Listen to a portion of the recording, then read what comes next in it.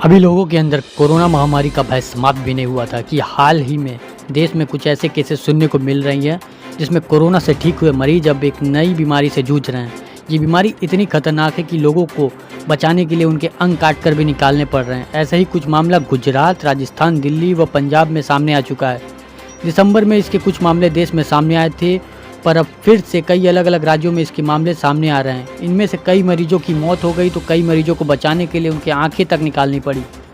इस संक्रमण का नाम ब्लैक फंगस है या म्यूकोरमाइकोसिस। हालांकि ये बीमारी ब्लैक फंगस ज़्यादातर उन्हीं को हो रहा है जो पहले से किसी घातक बीमारी से जूझ रहे हैं या डायबिटिक पेशेंट हों या फिर कोई अन्य ऐसी दवाओं का सेवन कर रहे हों जो बॉडी की इम्यूनिटी को कम करती है, शरीर को दूसरी बीमारी से लड़ने की क्षमता को कम करती है। यह शरीर के किसी भी हिस्से में हो सकता है। वहीं अब भारतीय आयुर्विज्ञान अनुसंधान परिषद ने एक एडवाइजरी जारी कर कहा है कि कोरोना से ठीक हुए मरीजों के लिए यह म्यूकोरमाइकोसिस या ब्लैक फंगस लोगों के लिए जानलेवा साबित हो रहा है।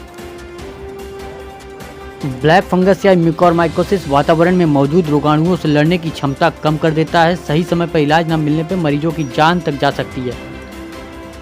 इस बीमारी से सर दर्द, बदन दर्द, खांसी, तेज बुखार, आंख और नाक के पास लाल हो जाना, सांस लेने में समस्या, मानसिक स्थिति में बदलाव जैसी कई लक्षणें देखने को मिल रही हैं। केंद्र सरकार और ICMR ने इसे नज़रअंदाज न करने की सलाह दी है और ऐसी कोई दिक्कत या समस्या होने पर चिकित्सकों की सलाह लेने को कहा है। इस ब्लैक फंगस या म्यूकोरमाइकोसिस के गंभीरता और इससे बचाव के बारे में सुनिए डॉक्टर सीपिका जायसवाल क्या कहती हैं। नमस्ते, मैं डॉक्टर सीपिका जायसवाल, चर्म रोग विशेषज्ञ और WHO से मैं सर्टिफाइड हूँ clinical management of Covid management के लिए।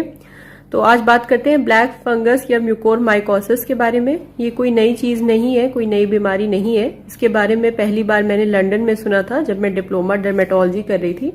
तो उसमें काफी पेशेंट्स को म्यूकोरमाइकोसिस होता था जो कि HIV इन्फेक्टेड होते थे, HIV एड्स था, या फिर जिसको शुगर बहुत ज्यादा अनकंट्रोल्ड था, कोई कैंसर की ट्रीटमेंट ले रहा था, या जिसकी इम्यूनिटी बहुत ज्यादा लो थी। तो ऐसे लोगों को म्यूकोरमाइकोसिस की प्रॉब्लम होती थी। उस वक्त सबसे ज्यादा ये स्किन में देखने को मिलता था क्योंकि एक पर्टिकुलर एरिया आपका एकदम ब्लैक पड़ जाता था। अभी जो म्यूकोरमाइकोसिस हो रहा है वो कोविड के बाद हो रहा है। जो पेशेंट्स कोविड निगेटिव हो गए हैं उनकी इम्यूनिटी लो है।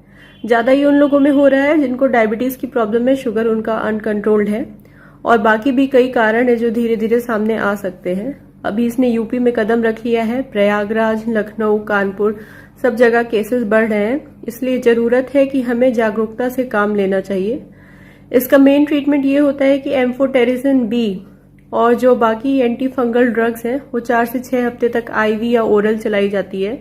सेलाइन मेंटेन करते हैं, हाइड्रेशन मेंटेन करते हैं, और जो एरिया नेक्रोज हो गई है, जो एरिया सड़ गया है, उसको हमें निकालना पड़ता है, सर्जिकली रिमूव करना पड़ता है। तो किसी चीज को हटाने से बेटर है कि हम उससे पहले ही बच जाएं कि हम उससे संक्रमित ना हो। तो कोविड होने के बाद भी आप ये मत समझिए कि अब प्रॉब्लम खत्म हो गया है। आप इसके लिए जागरूक रहिए। सिम्टम्स में इसके नेजल ब्रिज, जो आपका नेजल ब्रिज होता है, इस पे अगर आपको ब्लैकनेस आ रही है या आपको अंदर दर्द फील हो रहा है, टेंडरनेस हो रही है, एक एरिया आपके फेस का स्वेल कर गया है, ज्यादा काला पड़ रहा है, या फिर आपको लग रहा है कि आंख में सूजन आ गई है, कम दिखाई दे रहा है, इससे आंख की रोशनी भी चली जाती है, या कहीं पे भी हाथ पैर कहीं पे भी आपको जो है ब्लैकनेस फील हो रहा है कि आपका काला काला स्किन हो रहा है और थोड़ी सांस फूल रही है, चेस्ट में थोड़ा हैवीपन टाइप लग रहा है आपको, तो आप जो है तुरंत डॉक्टर को कंसल्ट करिए। इसमें आपका CT PNS या MRI PNS किया जाता है और एक चेस्ट एक्सरे या CT स्कैन ऑफ चेस्ट लिया जाता है, और ये बहुत जल्दी डायग्नोज होता है क्योंकि अर्ली डायग्नोसिस में तुरंत पता नहीं चलता है, थोड़ा सूजन और दर्द वगैरह होता है। इसलिए आप जो अपने डॉक्टर से फॉलो अप करते रहिए और इससे हम सब बच सकते हैं। Thank you.